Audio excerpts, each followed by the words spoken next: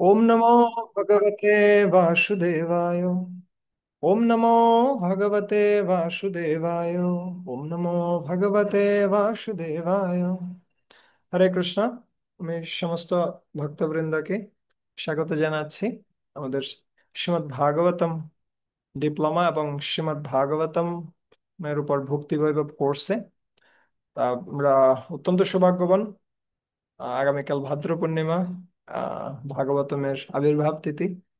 আর আজকে আমরা সুযোগ পাচ্ছি শ্রীমদ্ ভাগবতম সম্বন্ধে শ্রবণ করার।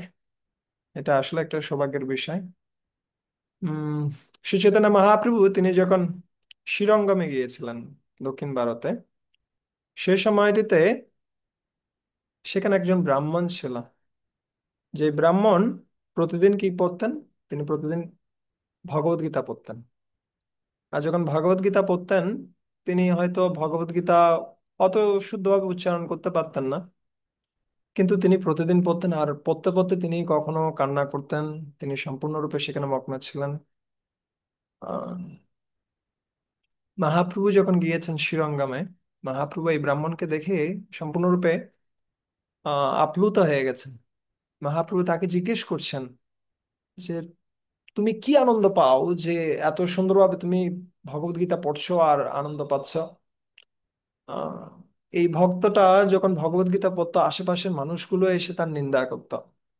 কেহ হাসে কেহ নিন্দে, তাহা নাহি মানে, আবিষ্ট হইয়া গীতা পড়ে আনন্দিত মনে।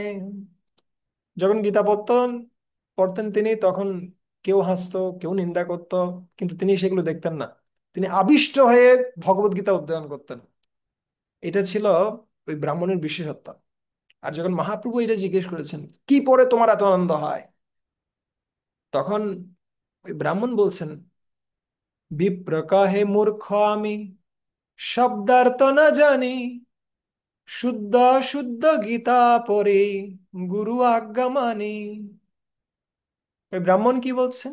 আচ্ছা, আমি খুব মূর্খ, আমি কিছুই জানি না, শব্দার্থ জানি না আমি, কিন্তু গুরুদেবের আজ্ঞায় আমি শুদ্ধ অশুদ্ধ গীতা পড়ছি, গুরুদেবের আজ্ঞা মেনে। ঠিক আছে, কিন্তু যখনই আমি ভগবদ গীতা পড়ি, তখন সাথে সাথে আমি কার দর্শন পাই? আমি ভগবান শ্রীকৃষ্ণের দর্শন পাই। আমি যখন দেখি ভগবান শ্রীকৃষ্ণ কিভাবে অর্জুনের রথের সারথি হয়ে তার দাসত্ব বরণ করছেন তার ভক্তের সেবা করার জন্য, তখন এটা দেখে আমার হৃদয়টা সম্পূর্ণরূপে বিগলিত হয়ে যায়। তখন তিনি বলছেন, যাবৎ পরো তাবৎ পাও তার দর্শন, এই লাগি গীতা পাঠে না ছাড়ে মোর মন। যখনই আমি পড়ি, সাথে সাথে আমি কৃষ্ণের দর্শন পাই। এই কারণে আমার মন কখনো কি ছাড়তে চায় না? এই গীতা পাঠ ছাড়তে চায় না। ঠিক আছে, এ হচ্ছে গীতা পাঠের প্রকৃত পরিস্থিতি। শুধুমাত্র গীতা নয়, গীতা ভাগবত থেকে শুরু করে সমস্ত শাস্ত্রের আহ লক্ষ্য হওয়া উচিত গুরুদেবের সন্তুষ্টি বিধান, বৈষ্ণবদের সন্তুষ্টি বিধান। এবং সেটা কি সহকারে হওয়া উচিত? বিনয় সহকারে হওয়া উচিত। আচ্ছা, আমরা এই যে ভগবত গীতা পাঠ করছি অথবা ভাগবতম পাঠ করছি, আমাদের মূল লক্ষ্য থাকা উচিত আমরা যেন গুরুদেবের অনুগ্রহ লাভ করতে পারি। ঠিক আছে, আর সেটার জন্য যেন আমরা স্নিগ্ধ হই। স্নিগ্ধ মানে বিনীত এবং শ্রদ্ধাশীল হই। এবং আমরা যেন কি হই? সৌম্য হই, আমরা যেন সরল হই। ঠিক আছে, তখন গুরুদেব গুহ্য কথাগুলো আমাদের কাছে বলবেন। ঠিক আছে, গুরবা গুহ্যম অপি উত। ঠিক যেমনটা কে পেয়েছিলেন? এই ব্রাহ্মণটা পেয়েছিলেন। সেরকম পরিস্থিতির জন্য আমরা অপেক্ষা করছি।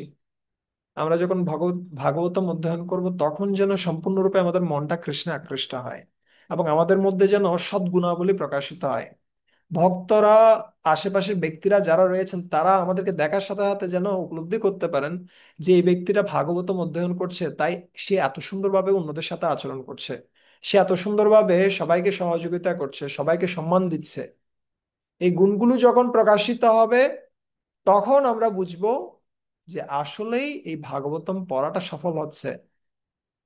যদি আমাদের সাধনার প্রতি আকর্ষণ বাড়ে, যদি আমাদের কৃষ্ণের প্রতি আকর্ষণ বাড়ে এবং সেই সাথে এই গুণাবলীগুলো প্রকাশিত হয়, তবে আমরা মনে করব যে এই শাস্ত্রিক কোর্সগুলো সফল হচ্ছে।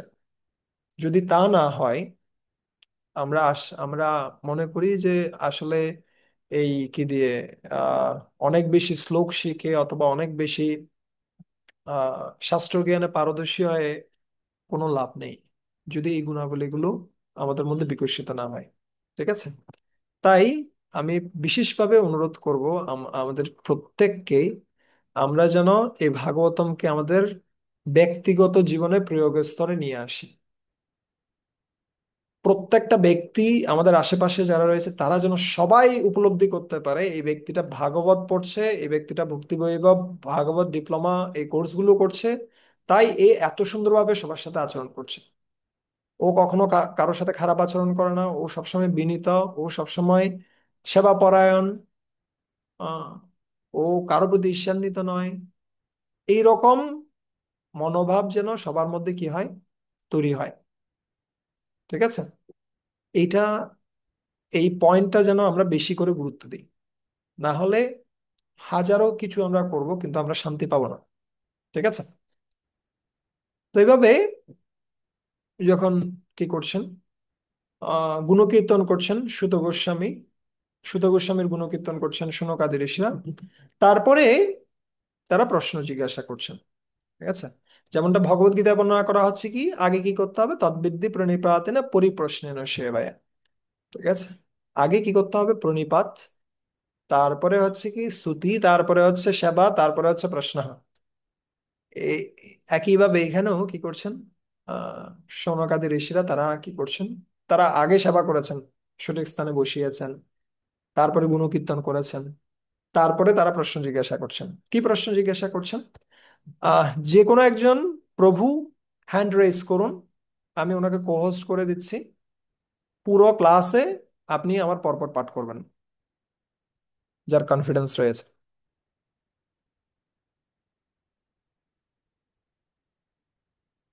আছেন কেউ? মধুমঙ্গল প্রভু। ওকে, আমি আপনাকে কোহোস্ট করছি। ওকে। প্রভু আসে নাই? না, আসেনি। কি হচ্ছে এটা? হুম। ওকে।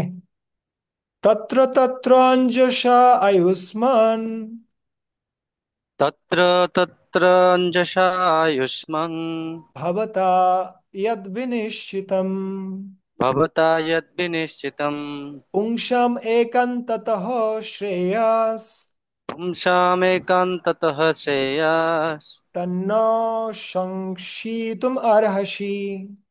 তৎ ন সংশিতুমর্হসি। অনুবাদটা একটু পড়ুন তো। অনুবাদ: হে আয়ুষ্মান, আপনি জনসাধারণের পরম মঙ্গল কিভাবে সাধিত হয় তা সহজবোধ্যভাবে আমাদের কাছে শোনান। ব্যাস। তো এখানে প্রথমে কি বলছেন, তত্র তত্র।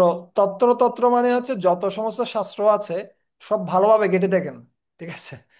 তারপরে আমাদেরকে এমন ভাবে বুঝান, অঞ্জসা, এমন সহজভাবে আমাদেরকে ব্যাখ্যা করেন যেন আমরা খুব তাড়াতাড়ি বুঝতে পারি। এমন নয় যে আমি 100টা বই পড়লাম, বই পড়ে এমন কিছু আমি বলছি মানুষের কাছে, মানুষ কিছুই বুঝতে পারছে না, তাহলে ওই ধরনের 100টা কথা 100টা বই পড়ার কোনো মূল্য নেই। চৈতন্য চরিতামৃতে বর্ণনা করা আছে, বাগ্মিতা হচ্ছে কি, মিতম চ সারম চ বচহি বাগ্মিতা। আহ সত্য কথা কি করতে হবে, কেমন ভাবে বলতে হবে, মিতঞ্চ এবং সারাংশ।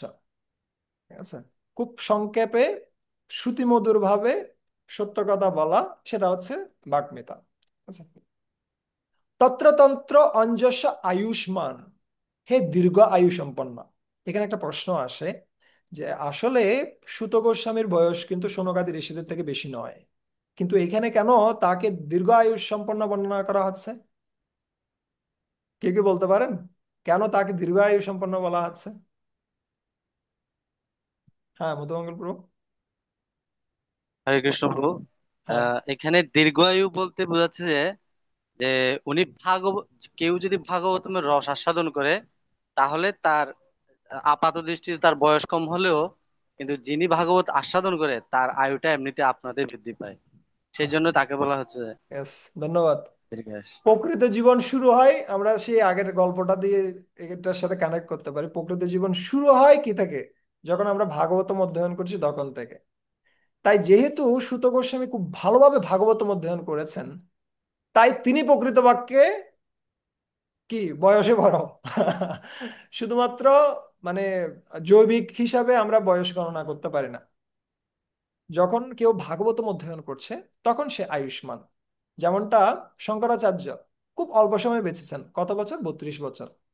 মহাপ্রভু কত বছর বেঁচেছেন? অনলি 48 বছর এই জগৎটাতে ছিলেন। কিন্তু ওরা এই 32 বছর অথবা 48 বছর বা এর থেকে কম সময়ে যা কিছু করেছেন, হাজার হাজার বছর বেঁচেও কোনো লাভ নেই। এই ধরনের কিছু করা সম্ভব নয়। তাই এখানে যে আয়ুষ্মান শব্দটি ব্যবহার করছে, এটা খুব গুরুত্বপূর্ণ। আহ, যেমনটা আমরা ভাগবতম আরেকটা শ্লোকে পাই, আয়ুর হারোতি বৈ পুংসাম উদ্যান অস্তঞ্চয়ন্নশ তস্যর্তে ইয়ৎ ক্ষণো নিহিতো উত্তম শ্লোক বার্তায়া। সূর্য উদিত হচ্ছে এবং অস্ত যাচ্ছে, এর মাধ্যমে কি করা হচ্ছে? সমস্ত জীবের আয়ু হরণ করা হচ্ছে। কিন্তু যে ব্যক্তি তস্যরিতে ইয়ৎ ক্ষণো নিহিত, যে ব্যক্তি তার সময়টা ভগবানের গুণকীর্তনে ব্যবহার করে, তার আয়ু সূর্যদেব হরণ করতে পারে না। ঠিক আছে? তাই তত্র তত্র অঞ্জসা আয়ুষ্মান ভবতা ইয়দ বিনিশ্চিতম। এমন ভাবে বলুন, একদম নিশ্চিত করে বলুন। এটা কি করবেন না, বলবেন না যে এটাও এটাও ভালো, ওটাও ভালো, ওটাও ভালো, এখান থেকে আপনি কোনো একটা খুঁজে নিন। না, ওই রকম কিছু হবে না। আপনি এমন ভাবে আমাদেরকে বলুন যেন এটা ভালো, এটা নাও।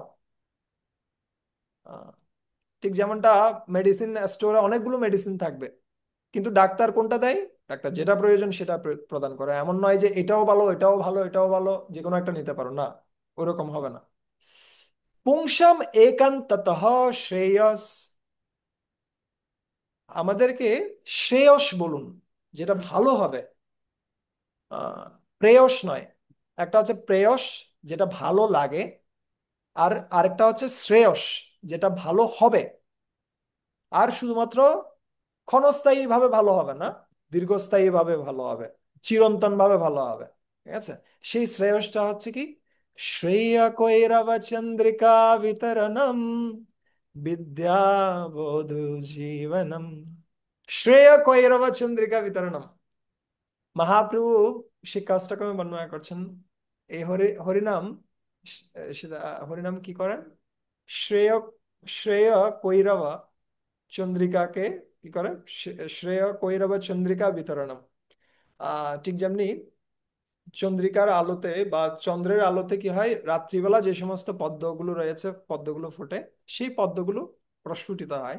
ঠিক একইভাবে জীবের ভাগ্যে এই শ্রেয় কি হয়? উদিত হয়। সেই শ্রেয়টা কি? শ্রেয়টা হচ্ছে কৃষ্ণ প্রেম। আচ্ছা, শ্রেয় আর প্রেয়। প্রেয় হচ্ছে ইন্দ্রিয় তৃপ্তি, আর শ্রেয় হচ্ছে কৃষ্ণের সন্তুষ্টি। প্রেয় হচ্ছে নিজের ইন্দ্রিয় তৃপ্তি, আর শ্রেয় হচ্ছে কৃষ্ণের সন্তুষ্টি। তো এখানে ঋষিরা তারা কি চাচ্ছেন? শ্রেয়স, শ্রেয়স চাচ্ছেন। তন্ন সংশিতুম আরহাসি। এবং সেটা একদম কিভাবে করা যেতে পারে বিশ্লেষণ করে আমাদেরকে উপযুক্ত পথটা দেখান। প্রভুপাদ তাৎপর্যে শ্রেয়স সম্বন্ধে বর্ণনা করছেন যে পারমাত্মিক মঙ্গল সাধিত হলে পার্থিব হিত আপনা থেকেই সাধিত হয়। আচ্ছা, যখন কেউ কি করছে, যখন কেউ ভালোভাবে ভক্তি করছে, স্বাভাবিকভাবে আহ তার যত সমস্ত ইন্দ্রিয় তৃপ্তির বিষয় রয়েছে, যা কিছু প্রয়োজন ইন্দ্রিয় উপভোগের জন্য, সেগুলো আপনা থেকেই সাধিত হয়ে যায়। এটার জন্য আলাদাভাবে প্রচেষ্টা করতে হয় না। আচ্ছা, এখন ঋষিরা তারা সুত গোস্বামী তিনি প্রশ্ন করতে পারেন যে কেন আমাকে এত নিশ্চিতভাবে বলতে হবে, কেন এটা করেন এরকম বলতে হবে কেন? আমি কয়েকটা পথ দেখাতে পারি, এখান থেকে যেটা ভালো হয় সেটা মানুষ নিবে। আমি কেন সরাসরি বলবো এটা করো? হ্যাঁ, কেন এরকম করতে হবে? তখন ঋষিরা বলছেন, না না, এখনকার পরিস্থিতি খুব খারাপ। আপনি পরিস্থিতি জেনে তারপরে কি করুন। পরিস্থিতি কেমন খারাপ? বলছে পরিস্থিতি খুব খারাপ। তাই আপনি নিশ্চিতভাবে বলেন কেন পরিস্থিতি খারাপ। কি পরিস্থিতি? প্রায়েণ অল্পায়ুষ সভ্য প্রায়েণ অল্প আয়ুষ সভ্য। কলা অস্মিন যুগে জনঃ কলস্মিন যুগে জনঃ মন্দঃ সুমন্দমতয়ো মন্দ সুমন্দ মতয়ো মন্দভাগ্যা হি উপদ্রুতঃ। মন্দ ভাগ্যা হি উপদ্রুতঃ। অনুবাদটা পড়ুন। হে মহাজ্ঞানী, এই কলিযুগের মানুষেরা প্রায় সকলে অল্প আয়ু। তারা কলহপ্রিয়, অলস, মন্দগতি, ভাগ্যহীন এবং সর্বোপরি তারা নিরন্তর রোগাদির দ্বারা উপদ্রুত। দেখেন, আপনার আপনার যারা কি রয়েছে, অডিয়েন্স রয়েছে, তাদের এই গুণগুলো রয়েছে। তাই যদি আপনি কি করেন, কয়েকটা পথ দেখান, তাহলে ওরা কোনোটাই নিবে না। তাই কি করেন, একদম নিশ্চিতভাবে একটা পথ দেখান, যেই পথের মাধ্যমে কি করা যাবে, শ্রেয় প্রাপ্ত হওয়া যাবে, কৃষ্ণ প্রেম প্রাপ্ত হওয়া যাবে। আহ কি কি বৈশিষ্ট্য রয়েছে আপনার, শ্রোতাদের কি কি কোয়ালিটি রয়েছে? বলছে প্রায় না, বেশিরভাগ লোক অল্প আয়ুষ্য, ওদের বয়স খুব কম। মানুষের বয়স এমনিতে 100 বছর, এই কলিযুগে 100 বছরও বাঁচবে না, আরো কম। আহ প্রায় না অল্প আয়ুষ সেব্য কলো অস্মিন যুগে যেন। উম, যদি ধরলাম কিছু কিছু মানুষ হয়তো 100 বছর বাঁচবে বা তার থেকেও বেশি বাঁচতে পারে, কিন্তু বাঁচলে কি হবে? মানুষ সব অলস, মন্দা, অলস। কিন্তু কিছু কিছু মানুষ হয়তো অলস নয়, তারা হয়তো কর্মঠ রয়েছে। কিন্তু কর্মটা হলে কি হবে? তারা সুমন্দা মতয়, মানে তারা হচ্ছে কেমন, তাদের বুদ্ধিটা খুব কম। আচ্ছা, বুদ্ধি খুব কম। কিসে কি রকম বুদ্ধি কম? শুধুমাত্র জাগতিক বুদ্ধি কম তা নয়, আধ্যাত্মিক বুদ্ধি কম। আচ্ছা, সুমন্দা মতয়। আর যদি কারো বুদ্ধি থাকেও, কেউ যদি চিন্তাও করে আমি কোথা থেকে এসেছি, আমি মৃত্যুর পর কোথায় যাব, কি আমার গতি, কেন আমি এত কষ্ট করছি, এই সমস্ত বিষয় যদি কেউ চিন্তাও করে, তথাপি সমস্যা হচ্ছে মন্দ ভাগ্যা। তাদের ভাগ্যটা খুব কি মন্দ। কেন? তারা সৎ সাধু ভক্তদের কি পাবে না, সঙ্গ পাবে না, গুরু পরম্পরার ধারায় যে সমস্ত মহাত্মারা রয়েছে তাদের সঙ্গ পাবে না। এই কারণে এটাকে বলা হচ্ছে কি মন্দ ভাগ্য। তার ভাগ্যটা খুব খারাপ। আর যদি কেউ ভালো মতো সাধু সঙ্গ পায়ও, তথাপি সমস্যা আছে। কি সমস্যা? উপদ্রুতা। ধরেন কেউ সঠিক পথে আছে, সে সে লেজি নয়, সে খুব ইন্টেলিজেন্ট, সে কর্মটা সে জানতে চায়, সবকিছু ঠিক আছে, কিন্তু উপদ্রুতা। কি উপদ্রুতা? ব্যাক পেইন করছে, প্রভু সর্দি লেগে গেছে, প্রভু জ্বর, প্রভু কি লকডাউন, প্রভু করোনা ভাইরাস, প্রভু এটা, প্রভু এটা। এইগুলোর কারণে ও মন্দিরে যেতে পারছে না, ও ভক্তদের সঙ্গ করতে পারছে না, বা মন তাকে বিভিন্ন কিছু দেখাচ্ছে, এটা লাগবে না, ওটা লাগবে না, এত মন্দিরে যেতে হয়, হ্যাঁ এতবার মন্দিরে যাওয়াটা ঠিক নয়, তুমি কি করো, মাসে একবার যাওয়াটা ঠিক আছে, বছরে একবার যাওয়াটা ঠিক আছে, হ্যাঁ ফেস্টিভ্যাল ডিভোটি হয়ে থাকাটা ঠিক আছে, এত বেশি গেলে ভক্তরা কি করবে? ভক্তরা তোমাকে কাজে লাগাবে, তোমাকে শোষণ করবে। সব মানসিক ভাবে আমাদেরকে অনেক সময় কষ্ট দেয়, বাহ্যিক ভাবে আমাদেরকে কষ্ট দেয়, বিভিন্ন কিছু আমাদের এমন ভাবে সৃষ্টি হয়ে আসে, আমরা আর সাধু সঙ্গ করতে চাই না, যেটা হচ্ছে সবচেয়ে বড় ভাগ্যের বিষয়। ঠিক আছে?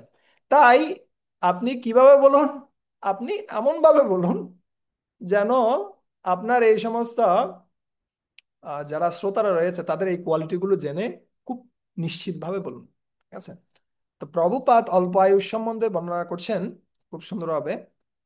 প্রভুপাদ বলছেন, কলিযুগের মানুষদের অল্পায়ু হওয়ার কারণ খাদ্য অভাব নয়, তার কারণ হচ্ছে অনিয়ম এবং অনাচার। সুনিয়ন্ত্রিত জীবনযাপন করলে, সাদাসিধে আহার করলে যে কোনো মানুষ সুস্থ ও সরলভাবে জীবনযাপন করতে পারে। অত্যাচার, অত্যধিক ইন্দ্রিয় তৃপ্তি এবং অন্যের করুণার উপর অত্যাধিক নির্ভরশীলতা এবং কৃত্রিমভাবে জীবনের মান উন্নত করার চেষ্টা মানুষের জীবনী শক্তিকে শোষণ করে দেয়। তাই তাদের আয়ু কমে যায়। আসলে এই কলিযুগে কেউ না খেয়ে মারা যায় না, বেশি খাওয়ার ফলে মারা যায় মানুষ। ডায়াবেটিস থেকে শুরু করে সমস্ত রোগগুলো হচ্ছে কি লাইফ স্টাইল ডিজিজ। এখন আমাদেরকে কি করতে হবে? আমাদের চিন্তা করতে হবে আমাদের কি কি খারাপ অভ্যাসগুলো রয়েছে, যেগুলো আমাদেরকে কৃষ্ণ ভক্তির পথে এগিয়ে যেতে আমাদেরকে বাধা প্রদান করছে। কিছু কিছু রয়েছে খুব স্থূল, স্থূল আহ খারাপ অভ্যাস কি হতে পারে? যেমন কেউ কি করছে, মাংসাহার করছে, 4টা বিধিনিষেধ সিম্পলি বলতে গেলে। কিন্তু তো অনেকগুলো সূক্ষ্ম খারাপ অভ্যাসে আমরা জড়িত থাকি বেশিরভাগ সময়। আমি আপনাদের কাছ থেকে জিজ্ঞেস করতে চাই, কি কি সূক্ষ্ম খারাপ অভ্যাস হতে পারে?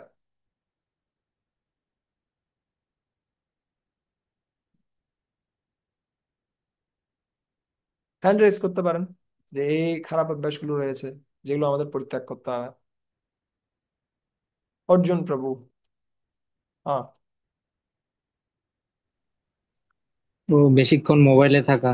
বেশিক্ষণ মোবাইলে থাকা। কেন এটা খারাপ অভ্যাস? এর ফলে তো আসলে ভক্তিটা নষ্ট হয়ে যাচ্ছে। এখনকার সময়ে গোলক থেকে নরক সব মোবাইলেই, বাইরে যেতে হচ্ছে না, ওখানেই আছে সব। দেখি প্রভু, আপনি কিছু বলতে চান? Social media addiction. Okay, Samarpita Prabhu. ও ওই যে 4টি বিধি নিষেধের মধ্যে যে ওটা আছে, অবৈধ স্ত্রী সঙ্গ। তো আমি সরাসরি হয়তো বা কারোর সাথে করছি না, যদি সেটা মোবাইলের চ্যাটিং এর মাধ্যমে যদি বা করি, সেটা একটা সূক্ষ্ম সূক্ষ্ম একটা অপরাধ। ব্যাস। সো এভাবে আরো অনেক রয়েছে, আমি সবার কাছ থেকে শুনছি না। কিন্তু আমাদেরকে কি করতে হবে? আমাদেরকে খুব সচেতন হতে হবে। আমাদের স্থূল খারাপ অভ্যাসগুলো তো পরিত্যাগ করতে হবেই, আমাদেরকে চেষ্টা করতে হবে সূক্ষ্ম খারাপ অভ্যাসগুলো যেন আমরা বেছে বেছে আস্তে আস্তে ফেলে দিই। এবং এটার জন্য প্রার্থনা করাটা খুব ইম্পর্ট্যান্ট। আর আমাদের খাদ্যাভ্যাসও পরিবর্তন আনা প্রয়োজন। বিশেষ করে আমরা অনেক সময় খাওয়া দাওয়া করি যখন আমাদের কোনো খিদেই নেই, আর যখন খাই এমন ভাবে খাই পরের বেলা খিদে লাগে না। তাই এমন ভাবে খেতে হবে যেন পরের বেলায় খিদে লাগে। খিদা যখন থাকবে না, তখন যখন আমরা খাবো, তখন আমাদের ক্ষুধা মন্দা বা আরো অনেক ধরনের কি রোগ সৃষ্টি হতে পারে। ঠিক আছে, এটা একটা বিষয় প্রভুপাদ এখানে বর্ণনা করছেন। যুক্তাহার বিহারস্য, যেমনি আহ কিসে রয়েছে, ভগবত গীতায় রয়েছে। হুম। সো মন্দ সুমন্দ মতয়, আহ, যদিও তারা যদি সে সম্বন্ধে জানতে পারে, জানতেও পারে, দুর্ভাগ্যবশত তারা কতগুলো কপট প্রচারকের দ্বারা ভ্রান্ত পথে পরিচালিত হয়। যদিও কারো কারো কি রয়েছে, ইচ্ছা রয়েছে ভগবান সম্বন্ধে জানার, কিন্তু তারা এই ধরনের কপট ব্যক্তিদের ফাঁদে পড়ে। মন্দ সুমন্দা মাতায়ো। ওকে, আর অনেকগুলো বিষয় রয়েছে, আমি সবগুলো বিষয়ে যাচ্ছি না।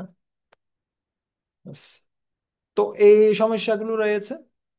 তাই আপনি সংক্ষেপে বলুন, যা বলবেন নিশ্চিতভাবে বলুন, আগেরটাতে বলেছেন। আর এখন বলবেন যে যা বলবেন সংক্ষেপে, সিম্পল ভাষায় বলুন, যেন আমরা কি করতে পারি, ধরতে পারি সহজে। ভূরিনি ভূরি কর্মাণি ভূরিনি ভূরি কর্মাণি শ্রোতব্যানি বিভাগশঃ শ্রোতব্যানি বিভাগশঃ अतः साधु अत्र यत्सारम् अतः साधु यत्र यत्सारम् समुद्धृत्य मनीषया समुद्धृत्य मनीषया ब्रूहि भद्राय भूतानम् बुद्धि भद्राय भूतानम् येन आत्माशु प्रसीदति। येनात्मा সুপ্রসিদতি। বহুবিধ শাস্ত্র রয়েছে এবং সেই সমস্ত শাস্ত্রে নানা রকমের কর্তব্য কর্মের নির্দেশ দেওয়া হয়েছে, যা বহু বছর ধরে বিভাগক্রমে পাঠ করার ফলে কেবল জানতে পারা যায়। তাই হে মহর্ষি, দয়া করে আপনি সেই সমস্ত শাস্ত্রের সারমর্ম সমস্ত জীবের মঙ্গলের জন্য বিশ্লেষণ করে শোনান, যাতে তাদের হৃদয় সম্পূর্ণভাবে সুপ্রসন্ন হতে পারে। ভূরিনি ভূরি কর্মাণি, অনেক অনেক শাস্ত্র রয়েছে, বহুবিধ শাস্ত্র রয়েছে, এবং শাস্ত্রগুলোতে বিভিন্ন প্রকার কথা বলা হয়েছে। শ্রোতব্যানি বিভাগশঃ, বিভিন্ন রকম কর্মের কথা বলা হয়েছে। ঠিক আছে, বিভিন্ন রকম যাগ যজ্ঞ অনুষ্ঠানের কথা বলা হয়েছে। কিন্তু সেই ধরনের কথাবার্তাগুলো কি করে, বহু শাস্ত্রে বহু বাক্যে চিত্তভ্রম হয়, সাধ্য সাধন শ্রেষ্ঠ না হয় নিশ্চয়। তপন মিশ্রা মহাপ্রভু যখন কোথায় গিয়েছিলেন, বাংলায় গিয়েছিলেন, সেই সময়টাতে তপন মিশ্রের সাথে দেখা হয়েছিল। তপন মিশ্রের পরিস্থিতি ছিল এরকম, উনি বলছেন বহু শাস্ত্রে বহু বাক্যে চিত্তভ্রম হয়, চিত্তভ্রম, বুঝতে পারছি না কি করা উচিত কি করা উচিত না। সাধ্য সাধন শ্রেষ্ঠ, না হয় নিশ্চয়। কি করা উচিত, কিভাবে আমি ভগবানের ভক্তি করব, আসলে জীবনের লক্ষ্য কি, এটা নিশ্চিত করা যায় না। তাই বেশি শাস্ত্র পড়াটাও একটা ঝামেলার কারণ। আমাদেরকে কি হতে হবে, আমাদেরকে জিবিসি হতে হবে। জিবিসি মানে কি? G for Gita, B for Bhagavat, and C for Chaitanya Charitamrita. এই তিনটা গ্রন্থ যদি কেউ খুব ভালোভাবে অধ্যয়ন করে, তাহলে ওর অন্য গ্রন্থের প্রয়োজন নেই। আর যখন কেউ এই তিনটা গ্রন্থ খুব ভালোভাবে পড়ছেন, তখন যদি ও ইন্সপিরেশন পায়, ও অন্য অন্য গ্রন্থে যেতে পারে। ঠিক আছে? কিন্তু বেশি বেশি বই নিয়ে পড়ে রাখাটা, এটাও এক প্রকার অত্যাহার। তাই সমস্যা সৃষ্টি করবে। অত সাধত্র ইয়ৎ সারম সমুদ্রিত মনীষয়া। তাই এই সমস্ত শাস্ত্রে যা সার রয়েছে সেটা আমাদেরকে বলুন, সেটা সমুদ্রিতা, সেটা বের করুন। সেটা কি দিয়ে বের করুন? মনীষয়া। মনীষয়া মানে আছে তীক্ষ্ণ বুদ্ধির দ্বারা। যদি কেউ শাস্ত্র বিচার করে সেখানকার সার বের করতে চাই, সেখানেও তীক্ষ্ণ বুদ্ধির প্রয়োজন রয়েছে, যেটা গুরুদেবের কৃপায় কেউ প্রাপ্ত হতে পারে, এমনিতে পাবে না কেউ। ব্রুহি, তারপরে কি করুন, আমাদেরকে বলুন। ভদ্রায় ভূতানাম, কিসের জন্য? আমাদের মঙ্গলের জন্য, সমস্ত জীবের মঙ্গলের জন্য। এবং সেই সাথে ইয়েন আত্মা সুপ্রসিদ্ধতি, আমাদের হৃদয়টা যেন কি হয়, আমাদের হৃদয় আত্মা যেন পরিতৃপ্ত হয়, সেজন্য আমাদেরকে শাস্ত্রের সার কথাগুলো বলুন। তাহলে প্রথম শ্লোকটাতে প্রথম প্রশ্নটা কি ছিল? প্রথম প্রশ্নটা কারো মনে আছে?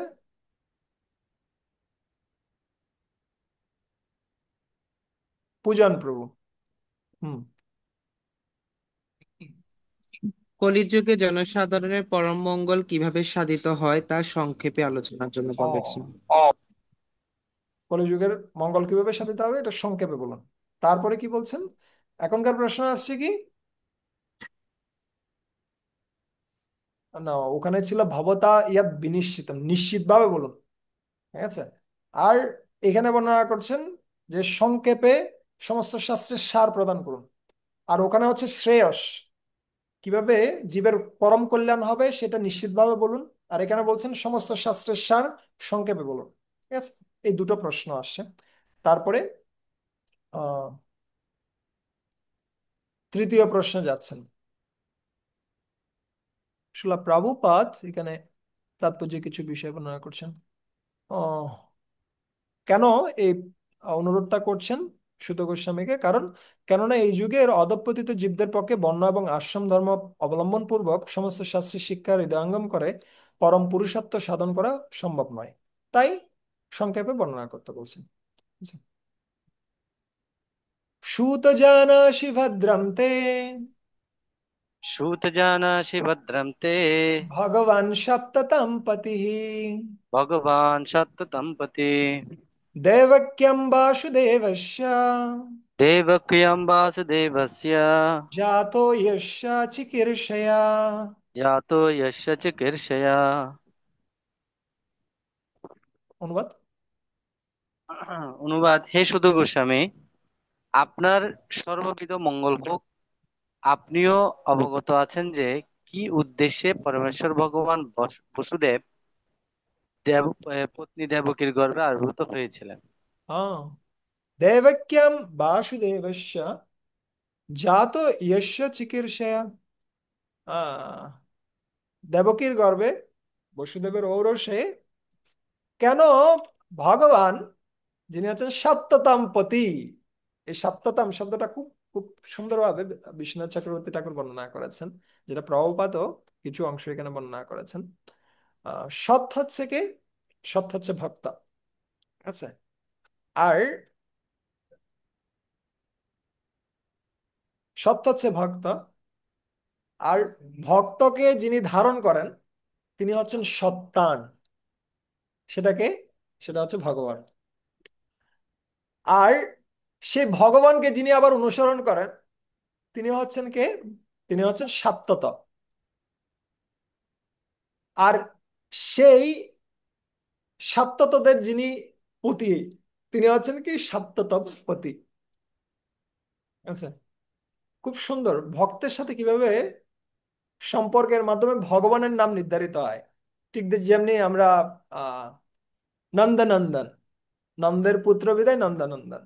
আচ্ছা, যশোদার পুত্র বিদায় যশোদানন্দন। আচ্ছা, ভক্তের ভিত্তিতে তিনি কি করছেন, নাম গ্রহণ করছেন। আবার ভক্তের নাম কিভাবে আসে, ভক্তের নামও আসে ভগবান থেকে, যেটা আমরা এখানে দেখতে পাচ্ছি। ভক্ত ভক্ত আর ভগবানের সাথে সম্পর্কটা হচ্ছে এভাবে চলতে থাকছে, একজন অন্যজনের উপর নির্ভরশীল। ঠিক যেমনি দুর্বাসা মুনি যখন অম্বরীশ মহারাজের কাছে গিয়েছিলেন, সেই সময়টাতে আহ দুর্বাসা মুনি প্রার্থনা করছেন, আমাকে রক্ষা করুন, আমি ব্রাহ্মণ। আপনি, আপনার নাম হচ্ছে কি, আপনি হচ্ছেন নমো ব্রাহ্মণ্য দেবায়, আপনি ব্রাহ্মণদেরকে রক্ষা করেন। তখন এই কথা শুনে ভগবান বিষ্ণু সুন্দরভাবে বলছে, अहम भक्त पराधीन हि अशतन्त्रैव द्विज साधु विग्रस्त हृदय भक्तैर्भक्त जनप्रिय।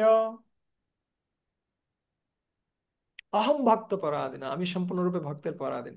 হি অস্বতন্ত্র ইব দ্বিজ, সমস্ত জগতের মানুষ স্বাধীনতা চাচ্ছে, কিন্তু ভগবান বলছেন আমার কোনো স্বাধীনতা নেই, যদিও তোমরা স্বাধীনতা চাও। হি অস্বতন্ত্র ইব দ্বিজ, আমি নিজে স্বাধীন নই, আমি ভক্তের অধীন। সাধু বিগ্রস্ত হৃদয়, আমার হৃদয়টা সাধুরা নিয়ে নিয়েছে। আর ভক্তই ভক্ত জনপ্রিয়, ভক্তের কি কথা, ভক্তের যে ভক্ত সেও আমার অনেক প্রিয়। ঠিক একইভাবে এখানেও আমরা দেখতে পাচ্ছি, সত্য হচ্ছে কে, সত্য হচ্ছে ভক্ত। আর ভক্তকে যিনি ধারণ করেন হৃদয়ে, অহম ভক্ত পরাধীন হি অস্বতন্ত্র ইব দ্বিজ সাধু বিগ্রস্ত হৃদয়, আহ, যার হৃদয়ে ভক্ত অবস্থান করেন, তোমারও হৃদয়ে সদা গোবিন্দ বিশ্রাম। গোবিন্দ কাহেন মম আহ বৈষ্ণব বৈষ্ণব অপরাধ। পরায়ণ। সব ভক্তের হৃদয়ে ভগবান অবস্থান করেন, ভগবানের হৃদয়ে ভক্ত অবস্থান করে। একজন অপরজনের সাথে একটা কম্পিটিশন সবসময় চলতে থাকে। ভক্ত চাই ভগবানকে সন্তুষ্ট করতে, ভগবান চাই ভক্তকে সন্তুষ্ট করতে। ঠিক আছে, তাই এই সত্যতাম প্রতি শব্দটা খুব খুব গুরুত্বপূর্ণ। এখানে বর্ণনা আমরা দেখতে পাচ্ছি কিভাবে তিনি ভক্তকে খুব বেশি ভালোবাসেন। তাই আহ ভগবান শ্রীকৃষ্ণের অন্যতম একটা প্রধান গুণাবলী আছে ভক্ত মাধুরী। তিনি ভক্তকে বেশি পছন্দ করেন। ঠিক আছে, সপ্ততাম্পতি এখানে প্রভুপাদ ব্যাখ্যা করছেন খুব সুন্দরভাবে। ভদ্রম। তো এখানে তৃতীয় প্রশ্নটা আসছে, তৃতীয় প্রশ্নটা কি, তৃতীয় প্রশ্নটা হচ্ছে কেন ভগবান শ্রীকৃষ্ণ আবির্ভূত হয়েছিলেন দেবকী বসুদেবের পুত্র রূপে। আহ, এখানে শিলা প্রভুপাদ উম, এখানে একটা জায়গায় হ্যাঁ, একটা লাইন আমি খুঁজছিলাম। ও, এটা বিশ্বনাথ চক্রবর্তী ঠাকুর বর্ণনা করছেন। আচ্ছা, বিশ্বনাথ চক্রবর্তী ঠাকুর বর্ণনা করছেন যে তিনি এই জগতে আবির্ভূত হন তার যে বিশেষ গুণাবলী রয়েছে সেগুলো প্রকাশ করার জন্য। আচ্ছা, অসুর নিধন করা, অথবা কি করা, অথবা ভক্তদের রক্ষা করাটাও তার বিশেষ কাজ নয়। বিশেষ করে কিসের জন্য তিনি আসেন, তিনি তার লীলাসমূহ প্রকাশ করার জন্য আসেন, যাতে করে সেই লীলাগুলো শ্রবণ করে ভক্তরা আনন্দিত হয় এবং আকৃষ্ট হয়। আচ্ছা, অনুগ্রহায় ভক্তানাম মানুষিম দেহমাশ্রিতম ভজতে তাদৃশী ক্রীড়া ইয়া শ্রুতা তৎপরো ভবেৎ। এটা হচ্ছে রাসলীলার অধ্যায়ে 10, 33, 36 নম্বর শ্লোকে সুখদেব গোস্বামী বর্ণনা করছেন। অনুগ্রহায় ভক্তানাম, ভক্তদের অনুগ্রহ করে তিনি কি হন, মানুষিম দেহম আশ্রিতা, মনুষ্য দেহ ধারণ করে তিনি আসেন। ঠিক আছে, আসলে মনুষ্য দেহ সৃষ্টি করা হয়েছে তার রূপ অনুসারে।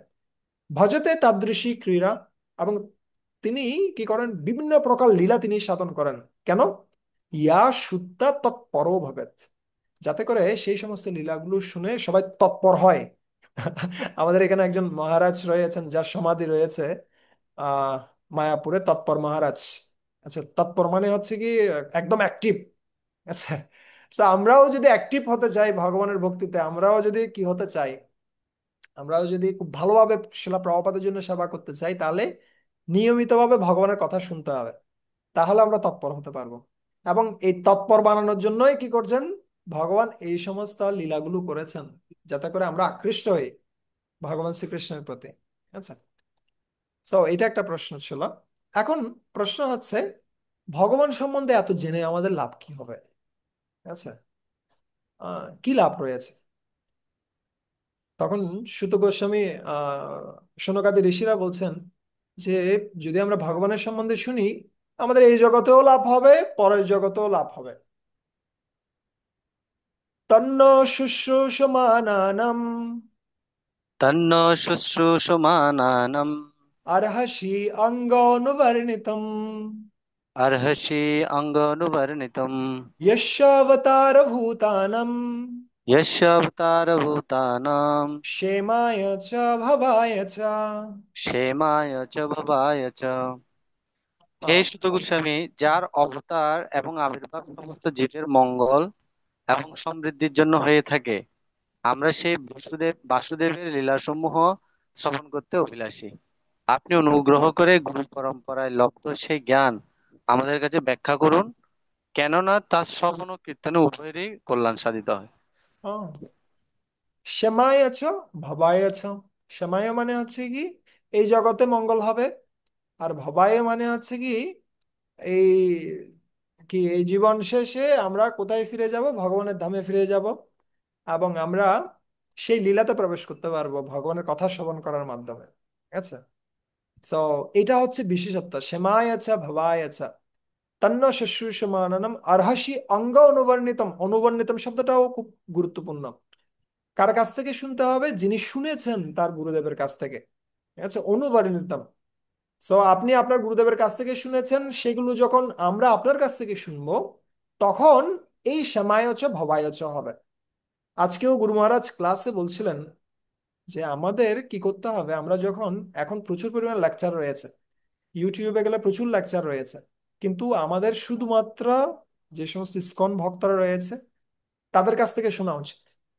আচ্ছা, এই মঠের ওই ওখানকার ওখানকার ওই কীর্তনিয়া ওই পালাকার উনি গাইছেন ওটা করছেন, ওই বিষয়গুলো আমাদের শোনা উচিত নয়। যদিও ওদের কথা শুনতে খুব রুচিকর মনে হবে, কিন্তু সেটার সাথে কিও আসবে, বিষও আসবে। ঠিক আছে? অবৈষ্ণব মুখাদ্গিন্ন পুত হরি কথামৃতম শ্রবণম নৈব কর্তব্যম সর্প উচ্ছিষ্ট যথাপয়।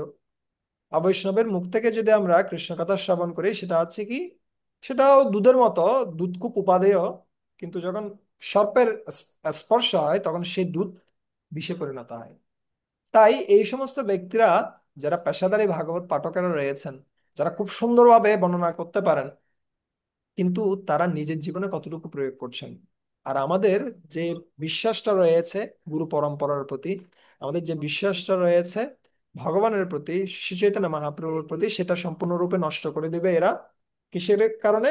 কারণ ওরা অনুবর্ণিত নয়, তারা তাদের গুরুদেবের কাছ থেকে গুরু পরম্পরায় শ্রবণ করে বর্ণনা করছে না। ঠিক আছে? यस्य अवतार भूतानम क्षमाय च भवाय च। এই জগতেও কল্যাণ হবে, পরের জগতেও কল্যাণ হবে। এমনকি পরের জগতের জন্য অপেক্ষা করতে হবে না। কেন? কারণ শুধুমাত্র ভগবানের নাম কীর্তন করার ফলে এই জন্মে সাথে সাথে কেউ কি হতে পারে? ভগবানের ভক্তি লাভ করতে পারে, সাথে সাথে সাথে সাথে ও মুক্ত হয়ে যেতে পারে। ওটাতে ওটা বর্ণনা করছে পরবর্তী শ্লোকে, কিন্তু তাতে যাওয়ার আগে আমরা এখানে একটা লাইন আমরা পড়বো। আহ এস এখানে ব্রতা বক্তা এবং শ্রোতার যোগ্যতা বর্ণনা করা হচ্ছে। এই বাণী শ্রবণ করার প্রথম যোগ্যতা হচ্ছে যে শ্রোতাকে তার শ্রবণ করার জন্য ঐকান্তিক ভাবে আগ্রহী হতে হবে। কেমন হতে হবে? ঐকান্তিক, sincere and eager to here, Prabhupada ইংলিশে লিখছেন। আর বক্তাকে পূর্বতন আচার্যদের পরম্পরায় যুক্ত হতে হবে। তো শ্রোতার জন্য যোগ্যতা হচ্ছে তিনি ঐকান্তিক হবেন এবং আগ্রহী হবেন। আর বক্তার জন্য যোগ্যতা আছে তিনি পরম্পরায় থাকবেন। তিনি পরম্পরার যে জ্ঞান, সেটাকে কোনো ক্রমেই বিকৃত করবেন না। ঠিক আছে? আর এভাবে যদি কেউ শ্রবণ করতে থাকে, তাহলে তাকে মৃত্যু পর্যন্ত অপেক্ষা করতে হবে না যে মুক্ত হওয়ার জন্য। ও সাথে সাথে মুক্ত হতে পারে। কিভাবে? এটা পরের শ্লোকে বর্ণনা করছেন। আপন্ন সংস্কৃতিম ঘোরম आपन्यासं श्रुतिं घोराम् यन्नामो विवशो गृणन् यन्नामो विवश गृणन् ततो शब्द विमुच्येत ततो शब्द विमुच्येत यद्बिभेति शयं भयम्। यद्विभेति क्षयं भयम्। জন্ম মৃত্যুর ভয়ঙ্কর আবর্তে আবদ্ধ মানুষ বিবশ হয়েও পরমেশ্বর ভগবান শ্রীকৃষ্ণের দিব্য নাম উচ্চারণ করতে করতে অচিরেই সেই সংসার চক্র থেকে মুক্ত হয়। সেই নামে স্বয়ং মহাকালও ভীত হন। একটা হচ্ছে আপন্ন আর একটা হচ্ছে প্রপন্ন। আপন্ন শব্দের একটা অর্থ হচ্ছে আবদ্ধ হয়ে, আর একটা আপন্ন মানে হচ্ছে যে শরণাপন্ন হয় না, সে হচ্ছে আপন্ন। সো যে আপন্ন তার জন্য পদে পদে বিপদ, এবং বিপদে রক্ষা করার মতো কেউ নেই। কিন্তু যে ব্যক্তি প্রপন্ন রয়েছে তার জন্য ভয়ও ভয় পায়। ঠিক আছে? যখন কেউ হরিনামের মাধ্যমে শরণাগত হচ্ছে, প্রপন্ন হচ্ছে, তার জন্য কোনো ভয় নেই। ঠিক যেমনি যমরাজ তার অনুসারীদেরকে বর্ণনা করছিলেন। কারা? যমদূতেরা, তারা যখন কাকে, অজামিলকে নিয়ে আসতে যাচ্ছিলেন, যখন তারা ব্যর্থ হলেন, সেই সময়টিতে তারা গিয়ে জিজ্ঞেস করছেন, আমরা কাদেরকে আনবো কাদেরকে আনবো না, এটা আমাদেরকে একটা লিস্ট দেন। আমরা গিয়ে একদম পুরো নাস্তানাবুদ হয়ে গেলাম, আমরা এরকম পরিস্থিতিতে আগে কখনো পড়িনি। আমরা আমরা মনে করেছিলাম আপনিই হচ্ছেন শ্রেষ্ঠ, কিন্তু দেখলাম আপনার থেকেও শ্রেষ্ঠ কেউ আছে। আমাদেরকে একটা লিস্ট দেন, কাদেরকে আনবো কাদেরকে আনবো না। তখন যমরাজ খুব সুন্দর একটা লিস্ট প্রদান করছে। জিহ্বান ভক্তি হরের গুণনামধেয়ম চেতস্য ন স্মরতি তচ্চরণারবিন্দম কৃষ্ণায় ন নমতি শিরয়ে কদাপি তন আনয়দ্দম অশত অকৃত বিষ্ণু কৃত্যন। কাকে কাকে আনবে? জিহ্বা ন ভক্তি হরের গুণনামধেয়ম, যার জিহ্বায় ভগবানের নাম কীর্তন হয় না। চেতস্য না স্মরতি তচ্চরণারবিন্দম, যে ভগবানের চরণের কথা চিন্তা করে না মনে মনে। ঠিক আছে? আমরা যখন মন্দিরে যাব, ভগবানের চরণ দর্শন করবো আর সেটাকে ক্লিক করে নিয়ে আসবো হৃদয়ে, যেন চোখ বন্ধ করলেই আমরা গৌরনিতাইয়ের চরণ দর্শন করতে পারি। চেতস্য না স্মরতি তচ্চরণারবিন্দম। তারপর কি বলছে? কৃষ্ণায় ন নমতি শির একদাপি, যদি কেউ তার মস্তক দিয়ে ভগবানকে প্রণাম না করেন, অথবা ভগবানের ভক্তদের প্রণাম না করেন, এই ধরনের ব্যক্তিদেরকে কি করো? তানানয়দ্দম, তাদেরকে নিয়ে আসো। ঠিক আছে? অসত অকৃত বিষ্ণু কীর্তন, তারা কি করেনি? ভগবানের পূজা করেনি, ভগবানের সেবা করেনি, তার ভক্তদের সেবা করেনি, তাই তাদেরকে নিয়ে আসো। এটা হচ্ছে লিস্ট, কাদের কাদের নিয়ে আস। আর একটা লিস্ট দিয়েছেন কাদের কাদের নিয়ে আসবে না। ঠিক আছে? কাদের কাদের নিয়ে আসবে না? ते देव सिद्धा परिगीत पवित्र गाथा येषादव भागवतो प्रपन्या तन्नोपशीदतो हरेर्गदया অবিগুপ্তন নৈশম ভয়ম ন চ ভয়ো প্রভবাম দণ্ডে। বলছে যে সমস্ত ব্যক্তিরা তে দেব সিদ্ধা পরিগীত পবিত্র গাথা, যারা সবসময় ভগবানের নাম কীর্তন করছে। ঠিক আছে? আর এ সাধব সমদৃশা ভগবত প্রপন্না, যারা প্রপন্না, এখানে বর্ণনা করছে আপন্না, আর ওটা হচ্ছে প্রপন্না, যারা সম্পূর্ণরূপে ভগবানের চরণে প্রপন্ন। আহ, আর কি? তাদেরকে কি করবে না? নিয়ে আসবে না। তান্ন উপসীদত হারের গদয় অপিগুপ্তান, সেই সমস্ত ব্যক্তির কাছে ভুলেও তুমি যাবে না। কেন? হরের গদয়া অভিগুপ্তান, ভগবান শিবের যে গদা, সেটা কি করছে? সবসময় তাদেরকে রক্ষা করছে। নৈশম বয়ম নচ বয়ো প্রভবাম দণ্ডে, এবং তাদেরকে শাস্তি দেওয়ার অধিকার আমার নেই, এমনকি মহাকালেরও নেই। যেটা এখানেও বর্ণনা করছে, যে যদি কেউ আপন্ন হয়ে খুব কঠিন পরিস্থিতিতে পড়ে, আহ সংস্কৃতিম ঘোরম ইয়ার নাম অবিবশ, সে যদি ভগবানের নাম কীর্তন করে কোনো ক্রমে, তাহলে সাথে সাথে সে মুক্ত হতে পারে। তত শব্দ বিমুচ্যেত ইয়াদ বিবেতি স্বয়ং ভয়ম, যাকে দেখে ভগবান আহ কাল পর্যন্ত কি পেয়ে যায়? ভয় পেয়ে যায়। ঠিক আছে?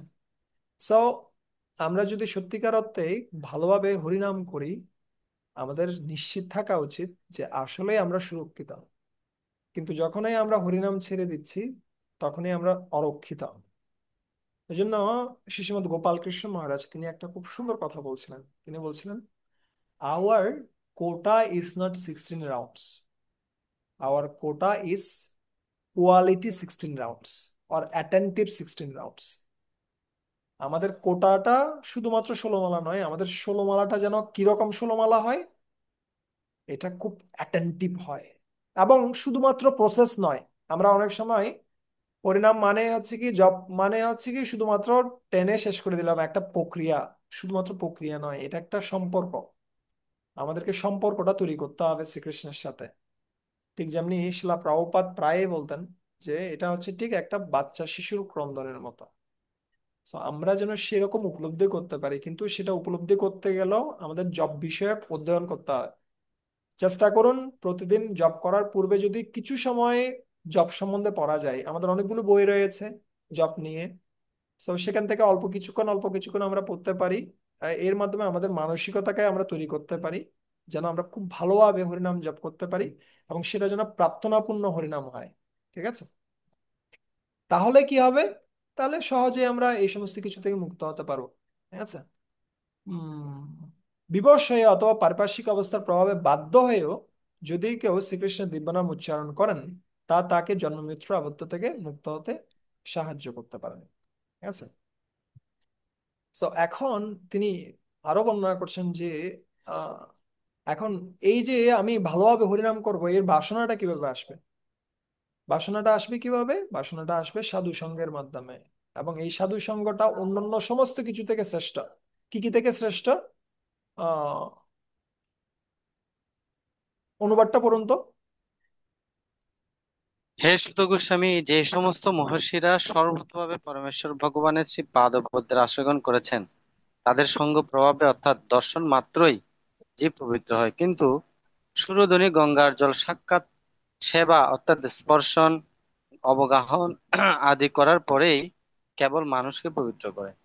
আহ কি করলে? যদি কেউ আহ এখানে গঙ্গা রয়েছে, গঙ্গায় প্রতিদিন স্নান করে, অনেকদিন পরে গিয়ে সে ধরনের বাসনা তার হৃদয়ে আসতে পারে, আমি ভগবানের শরণাগত হই। কিন্তু যে সমস্ত প্রশমানয়া ভক্তরা রয়েছে, প্রশমায়না, যারা ভগবত ভক্তিতে মগ্ন, তারা হচ্ছে কেমন? তারা হচ্ছে 440 ভোল্টের কারেন্টের লাইনের মতো। স্পর্শ করার সাথে সাথেই শক করবে। ঠিক আছে? অনেক সময় এই ধরনের হয় যে কিছু কিছু সিম্পল ভোল্টের জিনিস রয়েছে, ধরলে হয়তো সামান্য সামান্য লাগতে পারে। কিন্তু এই 440 ভোল্ট শুদ্ধ ভক্তরা যারা রয়েছে, বৈষ্ণবরা যারা রয়েছে, যারা মগ্ন সম্পূর্ণরূপে কৃষ্ণ ভাবনায়, তাদের যখন আমরা সঙ্গ করব, তখন স্বাভাবিকভাবে আমাদের মধ্যে বাসনা তৈরি হবে ভগবানের শরণাগত হওয়ার জন্য। স্বাভাবিকভাবে বাসনা তৈরি হবে আরো ভালোভাবে ভক্তি করার জন্য। ঠিক আছে? তাই আমাদের নিজেদের প্রশমনীয় হতে হবে, এবং অন্যদেরকে সাহায্য করতে হবে প্রশমনীয় হতে। ঠিক আছে? আমরা যেন সকলে কৃষ্ণে সম্পূর্ণরূপে নিমগ্ন থাকি। আর নিমগ্ন হওয়ার সবচেয়ে বেস্ট ওয়ে হচ্ছে ভগবান সম্বন্ধে পড়া, জানা, এই শাস্ত্রগুলো অধ্যয়ন করা, এবং সেই সম্বন্ধে বর্ণনা করা অন্যদের কাছে বেস্ট ওয়ে। তো একই বিষয়টা ঘটছিল আপনি আপনি যখন দ্বাদশ স্কন্ধ পড়বেন, সেখানে কে আহ শিব পার্বতী যাচ্ছিলেন, এবং তারা দেখতে পেয়েছেন কাকে? মার্কেন্ডেয় মুনিকে। আচ্ছা, দরজাটা বন্ধ করে দেন তো, আওয়াজ গুলো আসে। সো মার্কেন্ডেয় মুনির দর্শন পেয়েছিলেন। আর দর্শন যখন পেয়েছেন, তখন পার্বতী দেবী বলছেন এখানে খুব সুন্দর একজন মহাত্মা রয়েছেন, উনি অনেক বছর ধরে সাধনা করছেন, আমরা যাই তার কাছে। তখন শিবজি বললেন চলো যাই। আর গিয়ে তারা খুব সুন্দর একটা প্রার্থনা করছেন। তারা বলছেন, শিব পার্বতী প্রার্থনা করছেন কার? মার্কেন্ডেয় ঋষির।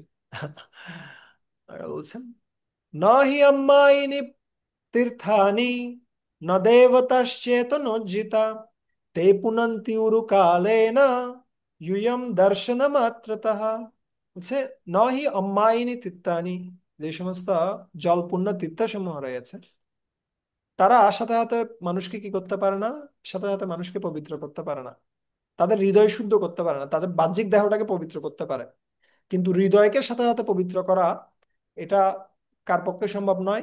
এই সমস্ত তীর্থস্থান সমূহের পক্ষে সম্ভব নয়। অথবা ন দেবতা চেতনোজ্জিতা, অথবা যে সমস্ত আহ ব্যক্তিরা বিগ্রহের আরাধনা করছেন, মানে অবশ্যই এগুলো সাধারণ, মানে আমাদের যে গুরু পরম্পরার ধারায় যে সমস্ত বিগ্রহ রয়েছে সে সমস্ত বিগ্রহের কথা বলছে না, অন্যান্য দেবতাদের বিগ্রহ। ন দেবতা চেতন যুতা। এমনি তো আমরা যদি বিগ্রহের দর্শন করি, সাথে সাথে বিগ্রহ আমাকে কোনো ইনস্ট্রাকশন দেবে না, এটা করো এটা করবে না, এটা বলবে না। আপনি তীর্থস্থান করার সাথে সাথে আপনার বাসনার উদয় হবে না। কিন্তু তে পুনন্তি উরু কালেন, অনেক সময় লাগে। ইউয়ম দর্শন মাত্র তাহা। কিন্তু হে ঋষি, আপনার দর্শন করা মাত্র জীব পবিত্র হয়। আপনার দর্শন করা মাত্র জীবের হৃদয়ে শুদ্ধ বাসনার উদয় হয়। ভক্ত কি করেন? ভক্ত জীবের যে স্বাধীন মানসিকতা রয়েছে সেটাতে ব্যাঘাত ঘটান, তাদেরকে বাধ্য করেন কৃষ্ণে আকৃষ্ট হতে। কিন্তু ভগবান নিজেও সেটা করেন না। তাই ভগবান থেকেও বেশি কৃপালু হচ্ছে কি? ভগবান থেকেও বেশি কৃপালু হচ্ছে তার ভক্ত। ঠিক আছে? একই সুন্দর একটা ভজন রয়েছে না? গঙ্গারও পরশ হইলে পশ্চাতে পাবন, দর্শনে পবিত্র করো এই তোমার গুণ। ঠিক আছে? শিলা প্রপাত এটা খুব সুন্দরভাবে বর্ণনা করছেন। কিন্তু এখন ভক্তের আশ্রয় গ্রহণ করা মানে কি, এটা এখানে বর্ণনা করছেন। এটা একটু পড়ুন তো, মধুমঙ্গল প্রভু। পরমেশ্বর ভগবানের শ্রী পাদপদ্মে আশ্রয় গ্রহণ করার অর্থ হচ্ছে ভগবানের শুদ্ধ ভক্তের আশ্রয় গ্রহণ করা। ভগবানের শুদ্ধ ভক্তদের একমাত্র কাজ হচ্ছে পরমেশ্বর ভগবানের সেবা করা, এবং তাই তাদের প্রভুপাদ এবং বিষ্ণুপাদ আদি উপাধিতে ভূষিত করা হয়, যার অর্থ হচ্ছে পরমেশ্বর ভগবানের সেই পাদপদ্মের প্রতিনিধি। প্রতিনিধি। ঠিক আছে? তো আমরা যদি পরমেশ্বর ভগবানের পাদপদ্মের আশ্রয় গ্রহণ করতে চাই, আসলে আমাদেরকে শুদ্ধ ভক্তদের আশ্রয় গ্রহণ করতে হবে। ঠিক আছে? এবং শুদ্ধ ভক্তদের ক্ষেত্রে অনেকে গুরুদেবের প্রতি খুব বিনীত, কিন্তু তার আশেপাশে যে সমস্ত ভক্তরা রয়েছে তাদের প্রতি বিনীত নয়। ঠিক আছে? আমি একটা জায়গায় দেখছিলাম একজন ভক্ত, তার ফর্ম লিখতে দেওয়া হয়েছে, কোন একটা কিসের ফর্ম, একটা প্রোগ্রামের ফর্ম সামথিং। সেখানে কাউন্সিলরের জায়গা রয়েছে। কাউন্সিলরের জায়গায় ও কি লিখছে? Shri Shrimat dash dash dash Guru মহারাজ।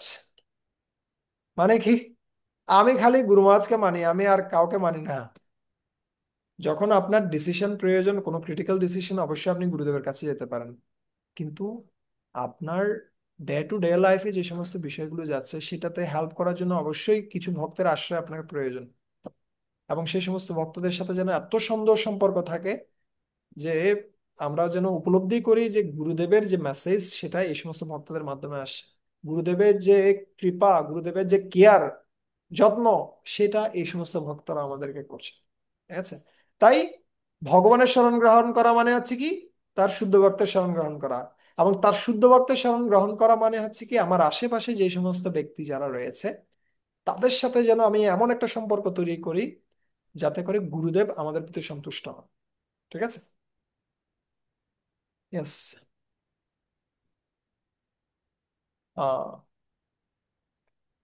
শুদ্ধ ভক্তের নিষ্ঠাবান শিষ্যরা তাদের গুরুদেবকে পরমেশ্বর ভগবানেরই সমপর্যায়ভুক্ত বলে মনে করেন, কিন্তু শুদ্ধ ভক্ত সর্বদাই মনে করেন যে তিনি হচ্ছেন পরমেশ্বর ভগবানের দাসানুদাস।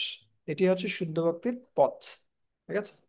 যদ্যপি আমারও গুরু চৈতন্যের দাস, তথাপি জানিয়ে আমি তাহারও প্রকাশ। যদিও আহ গুরুদেব হচ্ছেন ভগবানের প্রতিনিধি, ভগবানের দাস, কিন্তু তথাপি আমাদের উপলব্ধি করা উচিত আসলে উনি হচ্ছেন গুরু, ভগবানের একটি প্রকাশ। তিনি আমাদের সামনে উপস্থিত হয়েছেন যাতে করে আমরা ভগবানের প্রতি আকৃষ্ট হতে পারি। ঠিক আছে? यस्य देवे परा भक्ति तथा देवे यथा देवे तथा गुरु, তস্যর্তে কর্তৃতা হি অর্থ প্রকাশয়ন্তে মহাত্মা। যে রকম ভক্তি আমাদের কার প্রতি রয়েছে, ভগবানের প্রতি রয়েছে, সেই রকম ভক্তি যদি গুরুদেবের প্রতি থাকে তাহলে তার হৃদয়ে ভগবান এই দিব্য জ্ঞান প্রকাশ করেন। তার মানে এই নয় যে আমরা এটা মনে করতে থাকবো যে গুরুদেব ভগবান হয়ে গেছেন। না, গুরুদেব হচ্ছেন সেবক ভগবান, আর শ্রীকৃষ্ণ হচ্ছেন সেব্য ভগবান। আচ্ছা, ওকে। তো আহ শুদ্ধ ভক্ত তিনি অন্যান্যদের হৃদয়কে খুব সহজে, খুব দ্রুত কি করেন? পরিবর্তন করেন। কিন্তু প্রশ্ন হচ্ছেন তিনি কিভাবে পরিবর্তন করেন? তার ঔষধটা কি?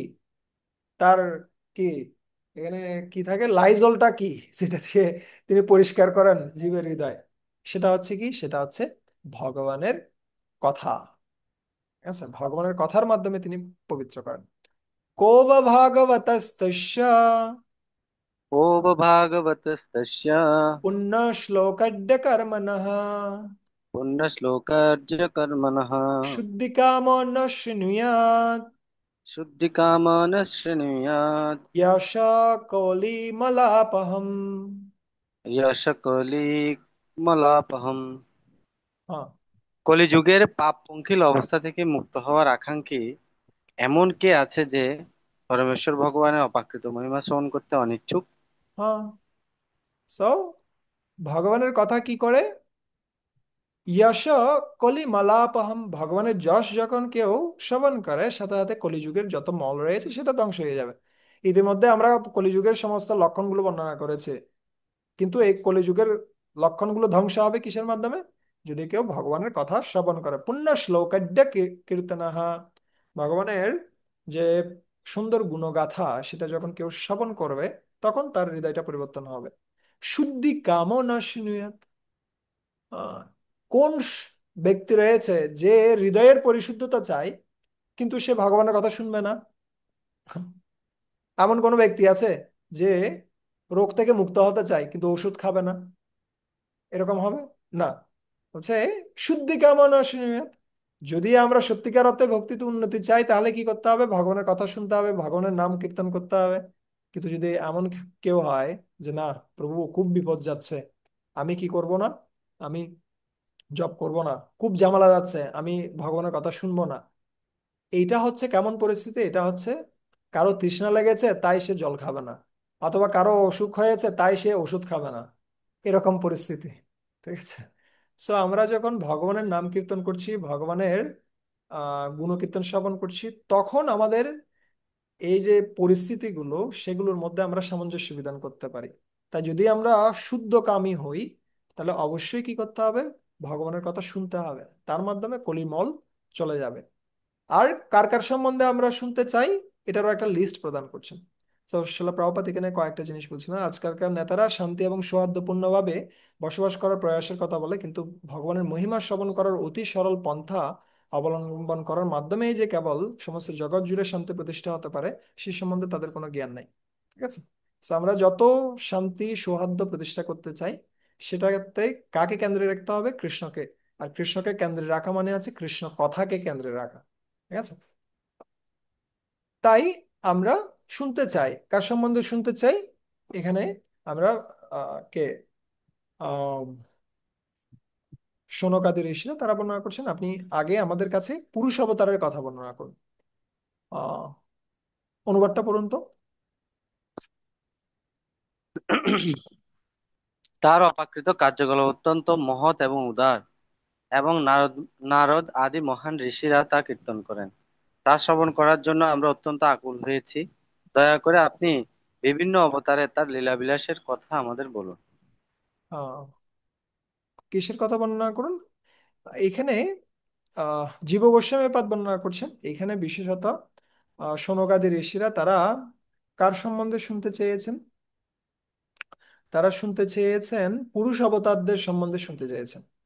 তিন ধরনের পুরুষ অবতার রয়েছেন: আহ মহাবিষ্ণু, গর্ভদক্ষায়ী বিষ্ণু এবং ক্ষীরোদক্ষায়ী বিষ্ণু। মানে মহাবিষ্ণু আছেন সমস্ত ব্রহ্মাণ্ডের নয়, সমস্ত জড় সৃষ্টির তিনি হচ্ছেন পরমাত্মা। আর প্রত্যেকটা ব্রহ্মাণ্ডের মধ্যে প্রবেশ করেন গর্ভদক্ষায়ী বিষ্ণু। ঠিক আছে। ফার্স্ট ছিল কারণদক্ষায়ী বিষ্ণু বা মহাবিষ্ণু। আর সেখান থেকে কি সৃষ্টি হয়? এক একটা ব্রহ্মাণ্ড সৃষ্টি হয় যেগুলো ভাসতে থাকে কারণ সমুদ্রে। প্রত্যেকটা ব্রহ্মাণ্ডের ভিতরে যে পরমাত্মাটা প্রবেশ করে সেটা হচ্ছে কে? সেটা হচ্ছে গর্ভদক্ষায়ী বিষ্ণু। আর সেই ব্রহ্মাণ্ডের ভিতরে প্রবেশ করার পর সেই ব্রহ্মাণ্ডটা সচল হয়। আর তখন যে সৃষ্টি কার্য শুরু হয়, প্রত্যেকটা সৃষ্টির অণু পরমাণুতে যিনি প্রবেশ করেন তিনি হচ্ছেন কে? তিনি হচ্ছেন ক্ষীরোদক্ষায়ী বিষ্ণু। এই তিন ধরনের পুরুষ অবতার সম্বন্ধে কে শুনতে চাচ্ছেন? আহ শৌনকাদি ঋষিরা শুনতে চাচ্ছেন, তাদের কার্যক্রম সম্বন্ধে শুনতে চাচ্ছেন। ঠিক আছে। শিলা প্রভুপাদ তাৎপর্য অনেক কিছু বর্ণনা করেছেন, ভগবানের কার্যকলাপকে চলচ্চিত্রের সাথে তুলনা করেছেন।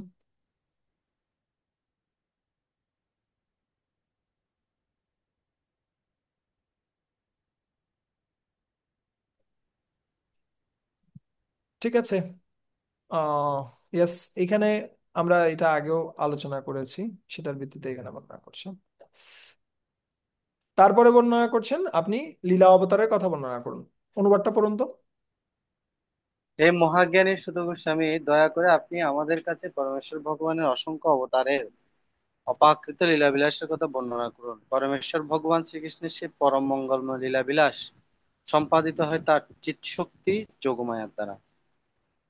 ইয়েস। সো এখানে কি বর্ণনা করা হচ্ছে? অথ আখ্যাহি হরের ধীমন অবতারও কথা শুভা। শুভা মানে হচ্ছে কি, যেটা এই জড় জগতের যত সমস্ত কি রয়েছে, কলুষ রয়েছে, সেটার ঊর্ধ্বে। জন্ম কর্ম চমে দিব্যম এবং ইয়ো বেত্তি তত্ত্বতঃ ত্যক্তা দেহ পুনর্জন্ম নইতি মামেতি স অর্জুন। সো আমরা যখন ভগবানের কথা শুনি, ভগবানের জন্ম সম্বন্ধে শুনি, আমরা জন্ম থেকে মুক্ত হই। আমরা যখন ভগবানের কর্ম সম্বন্ধে শুনি, আমরা কর্মের বন্ধন থেকে মুক্ত হই। ঠিক আছে। সো এখানেও কে বলছেন? শুভা, মঙ্গলময় হবে, শুভ হবে ভগবানের কথা শুনবে। ঠিক আছে। আর ওকে, আর সেটা কিসের দ্বারা হয়? আত্মমায়া, তার যোগমায়ার দ্বারা হচ্ছে। ঠিক আছে। ভগবানের দেহটা কোনো মায়ার অধীন নয়, সেটা হচ্ছে মায়াধীশ তিনি। তিনি তার যে দেহ, সেটা কিসের দ্বারা তৈরি নয়, এই রক্ত মাংস এই সমস্ত কিছু দিয়ে তৈরি নয়, এটা সচ্চিত আনন্দময়। ঠিক আছে।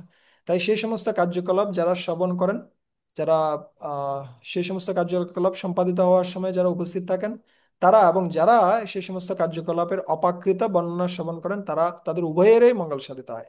তো ভগবান যখন অবতরণ করেন একটা নির্দিষ্ট সময়ের জন্য, সেই সময়টাতে যারা উপস্থিত থাকেন তারা কি পায়, সেটা সুযোগটা পায়।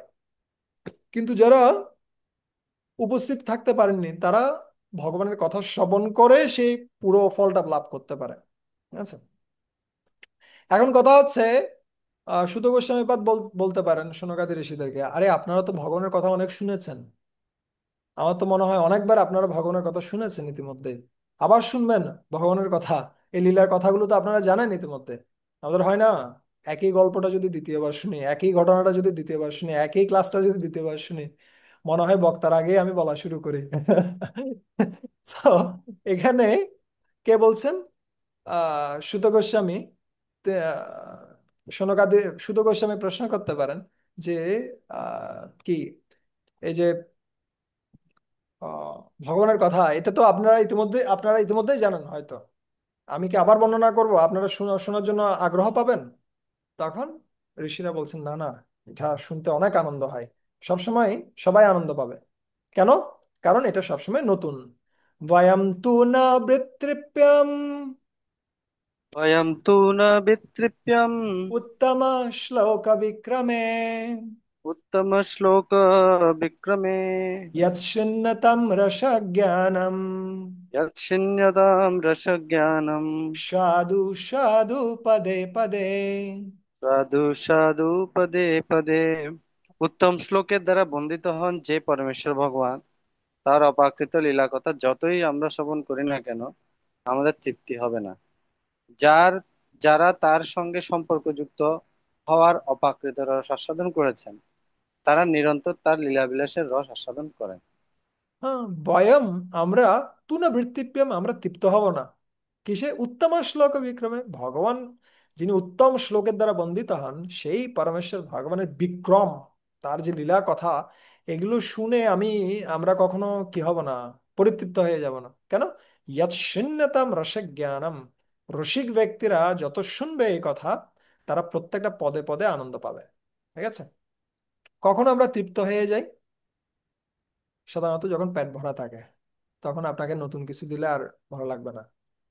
দ্বিতীয় হচ্ছে কি, যদি আপনি কোনো বিষয় সম্বন্ধে না জানেন, যেমন আপনাকে পিৎজা দেয়া হলো, আপনি জানেন না আসলে পিৎজা জিনিসটা কি, আপনাকে দিল, আমার এটাতে কি নেই, অত বেশি ইচ্ছা নেই, কেন আমি জানি না এটা কি জিনিস। অথবা জানেন না, ঠিক আছে, তো আপনি খাওয়া শুরু করেছেন, খাওয়ার পরেও এটা ভালো লাগছে না অতটা, তখন হয়তো বলতে পারেন আমি তৃপ্ত, আমার লাগবে না আর।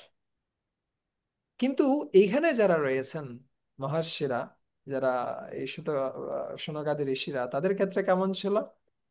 তারা কিন্তু পেট ভরার খাবার খাচ্ছে না, এটা কান ভরার খাবার খাচ্ছেন। কিন্তু কান কখনো ভরে না, পেটটা এমন ভাবে দিয়েছেন আপনি একটা নির্দিষ্ট পরিমাণ খাওয়ার পরে আর খেতে পারবেন না। কিন্তু এটার কিন্তু কোনো ক্যাপাসিটি নেই, আপনি যতই ঢালেন এটা ক্যাপাসিটি কখনো বন্ধ হয়ে যাবে না। ঠিক আছে, তাই এই ক্ষেত্রে এটা প্রযোজ্য নয়। আর কি রয়েছে, যদি কারো জানা না থাকে জিনিসটা কি, কিন্তু এখানে তারা কেমন ছিলেন? তারা ছিলেন রসজ্ঞানম, তারা জানেন, তারা অভিজ্ঞ ব্যক্তি। ঠিক আছে, রসজ্ঞ ব্যক্তি, তারা জানেন যে আসলে কৃষ্ণ কথা কেমন। আর এমন হতে পারে কিছুক্ষণ খাওয়ার পরে আমাদের অতৃপ্তি এসে যেতে পারে, কিন্তু তাদের ক্ষেত্রে কেমন ছিল? সাধু সাধু পদে পদে, তারা প্রত্যেকটা পদে পদে কি পাচ্ছে?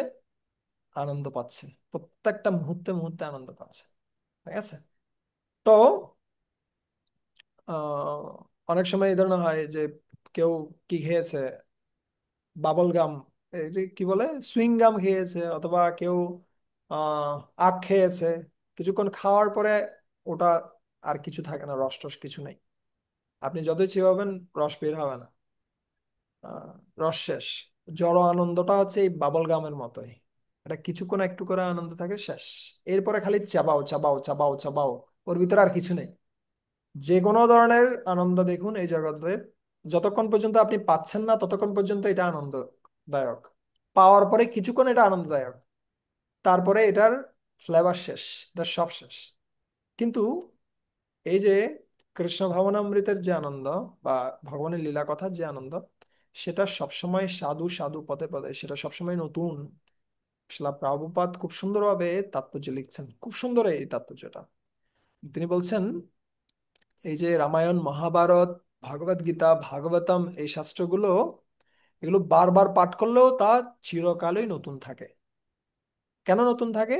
কারণ আহ যে কেউ ভগবদ গীতা এবং শ্রীমদ্ ভাগবত সারা জীবন ধরে বারবার পাঠ করে পড়ে যেতে পারে, কিন্তু তবুও প্রতিবারই তার কাছে নতুন বলে প্রতিভাত হবে, মনে হবে, প্রতিবারই নতুন নতুন তথ্য উদ্ঘাটিত হবে। এই জড়জগতের সমস্ত খবরগুলো স্থাবর বা নিশ্চল, কিন্তু অপাকৃত সংবাদ গতিশীল, ঠিক যেমন আত্মা গতিশীল আর জড় পদার্থ স্থাবর। ঠিক আছে, তো আমরা যতবার পড়ব ততবার আমরা আস্বাদন করব, কিন্তু যদি আমরা আস্বাদন না করি, যদি মনে হয় যে বক্তা যা বলছে সেটা আমি জানি, প্রভুপাদ যা তাৎপর্য লিখেছে একই জিনিস, আমি দেহ নই আমি আত্মা, একই জিনিস, তাহলে বুঝতে হবে আমাদের হয় আমরা রসজ্ঞ নই, আমরা জানি না এটার মূল্য সম্বন্ধে, অথবা আমাদের জিহ্বার টেস্ট নেই, সাধু সাধু পদে পদে হচ্ছে না, স্বাদ নেই।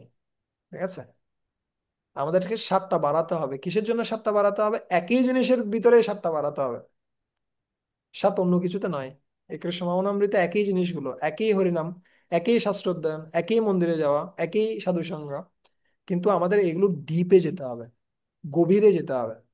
ঠিক আছে, তার মাধ্যমে আমরা এই স্বাদটা পাবো, আনন্দটা পাবো। ঠিক আছে, এখন তিনি আরো বিস্তারিত জিজ্ঞেস করছেন 12 নম্বর শ্লোকে। তিনি যেমনি জিজ্ঞেস করেছিলেন কেন দেবকী বসুদেবের পুত্ররূপে তিনি আবির্ভূত হয়েছেন, এখন এখানে জিজ্ঞেস করছেন যে কি কি কার্যক্রমগুলো তিনি করেছেন সেটা আমাকে বলুন। কৃতবান কিল কর্মাণি কৃতবান কিল কর্মাণি সহ রামেণ কেশব, সহ রামেণ কেশব, অতিমর্ত্যানি ভগবান মত্তানি ভগবান, গুরা কপট মানুষঃ। পুর কপট মানুষা। অনুবাদ। অনুবাদ: পরমেশ্বর ভগবান শ্রীকৃষ্ণ তার ভ্রাতা বলরামের সঙ্গে মনুষ্য রূপে লীলাবিলাস করছেন এবং এইভাবে তার স্বরূপ গোপন রেখে তিনি বহু অলৌকিক কার্যকলাপ সম্পাদন করেছেন। আহ এখানে বলছেন কৃতবান কিল কর্মাণি, তিনি বিভিন্ন রকম কার্যকলাপ করেছেন। সহ রামেণ কেশব, কার সাথে? বলরামকে সাথে নিয়ে। কেশব কাকে নিয়ে? কেশব মানে হচ্ছে কৃষ্ণ, যার সুন্দর কেশ রয়েছে, অথবা কেশী দানবকে যিনি হত্যা করেছেন, আরো অনেকগুলো হতে পারে। অতিমত্যানি ভগবান, সেই ভগবান তিনি কি করেছেন, অতিমত্যানে এমন কিছু কাজ করেছেন যেটা সাধারণ মানুষ করতে পারে না। কি কি সাধারণ মানুষ করতে পারে না, এমন কি কি কাজ করেছেন? এমন কোনো বাচ্চা আছে যে 6 দিনের মাথায় পুতনার মতো এত বিশাল একটা রাক্ষসীকে তিনি হত্যা করতে পারেন এবং তার ভিতরে তিনি হাসছেন? এমন কোনো ব্যক্তি রয়েছেন যিনি 3 মাসের মাথায় শকটা অসুরের মতো একটা বিশাল অসুরকে তিনি হত্যা করতে পারেন? কিসের মাধ্যমে? জাস্ট একটা কিকের মাধ্যমে। ঠিক আছে। এমন কোনো ব্যক্তি রয়েছেন যিনি 1 বছরের মাথায় কি করতে পারে, 1 বছরের ছোট শিশু হয়ে তৃণাবর্ত নামক বিশাল অসুরের কাঁধে চড়ে পুরো বৃন্দাবন ঘুরে এসে তাকে ওই একই জায়গায় এসে মারলো? এমন কোনো ব্যক্তি রয়েছে যে 3 বছর 4 মাস সময়ে বাছুর চড়াতে গিয়ে বিশাল একটা অসুর, বৎসাসুরকে কি করেছেন, হত্যা করেছেন? এমন কোন ব্যক্তি রয়েছে যে অঘাসুরের মতো কিসের অজগরের মধ্যে প্রবেশ করেছেন এবং তাদেরকে হত্যা করেছেন, গোবর্ধন ধারণ করেছেন 7 বছর 2 মাসে? অতিমত্যানি সমস্ত কার্যক্রমগুলো আছে কেমন? হরে কৃষ্ণ।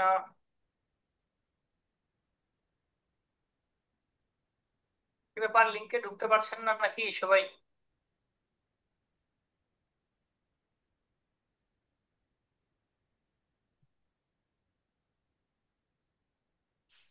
হরে কৃষ্ণ।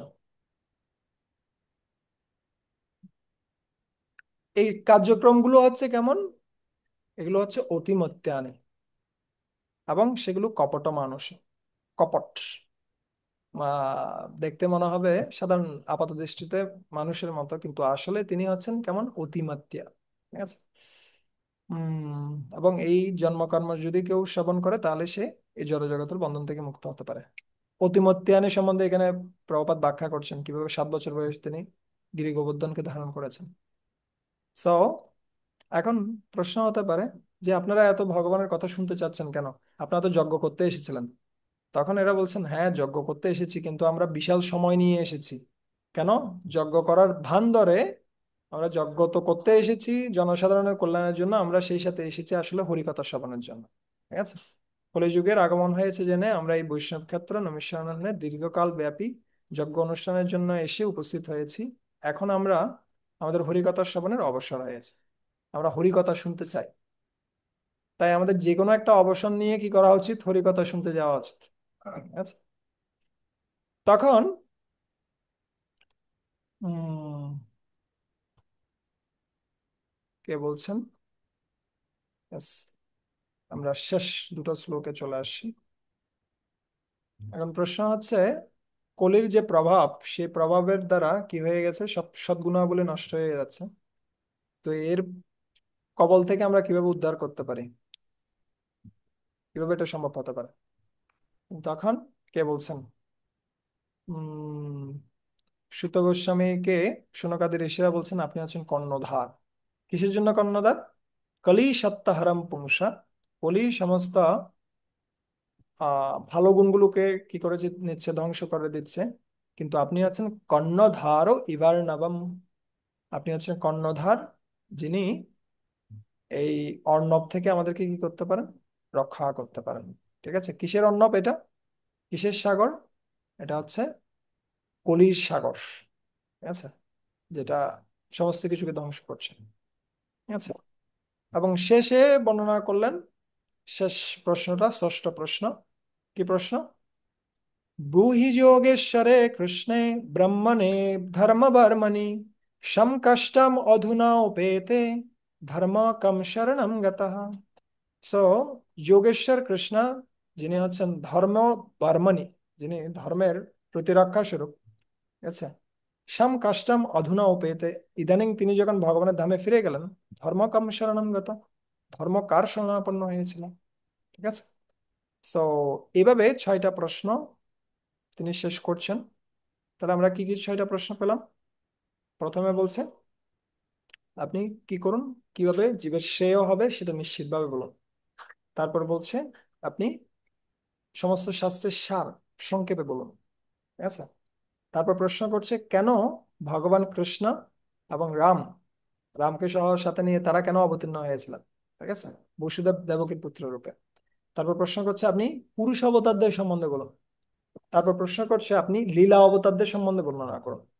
ঠিক আছে, এর পরবর্তী শ্লোকটাতেই।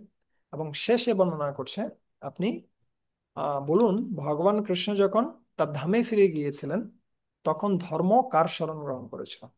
ঠিক আছে, সো এটা আমরা আগামী ক্লাস থেকে কি করব, আমার আরেকটা সেশন শুরু হয়ে গেছে, এটা আমাকে স্টুডেন্ট হিসেবে জয়েন করতে হবে সেখানে।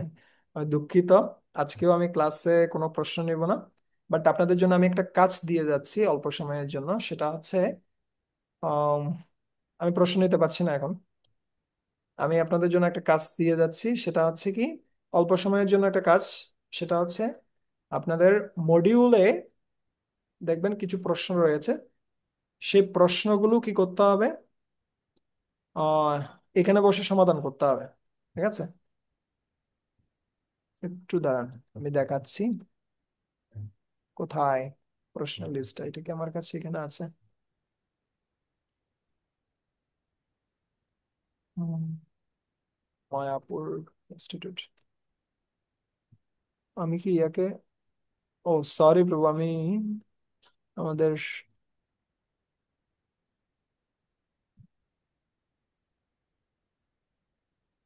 আহ সুরেশ্বর প্রভু, আপনার কাছে কি আমাদের মডিউলটা আছে? আচ্ছা গো। ওখান থেকে আপনি জাস্ট প্রথম পার্টের উপরে যে অংশটা আছে ওইখান থেকে আমরা এখানে চারটা আহ 7টা গ্রুপ করে দিব। 77 জন ব্যক্তি রয়েছে, 11 জন 11 জন হয়ে যাবে। So, আপনারা গ্রুপে বসে আগামী কত মিনিট, 20 মিনিট লিস্ট। হ্যাঁ প্রভু, তবু ওটা সবাইকে কিভাবে শেয়ার করবো? সবাইকে আপনি গ্রুপেই দিয়ে দেন তাহলে হয়ে যাচ্ছে। ওখানকার ছবি একটা তুলে দিয়ে দিই। স্ক্রিনশট ছবি তুলে, দিলে অথবা গ্রুপে আবার ওটা সেন্ড করেন তাহলে হয়ে গেল। তাহলে গ্রুপে আমি ছবি তুলে পাঠিয়ে দিই। হ্যাঁ হ্যাঁ, তাও হবে। ঠিক আছে, সো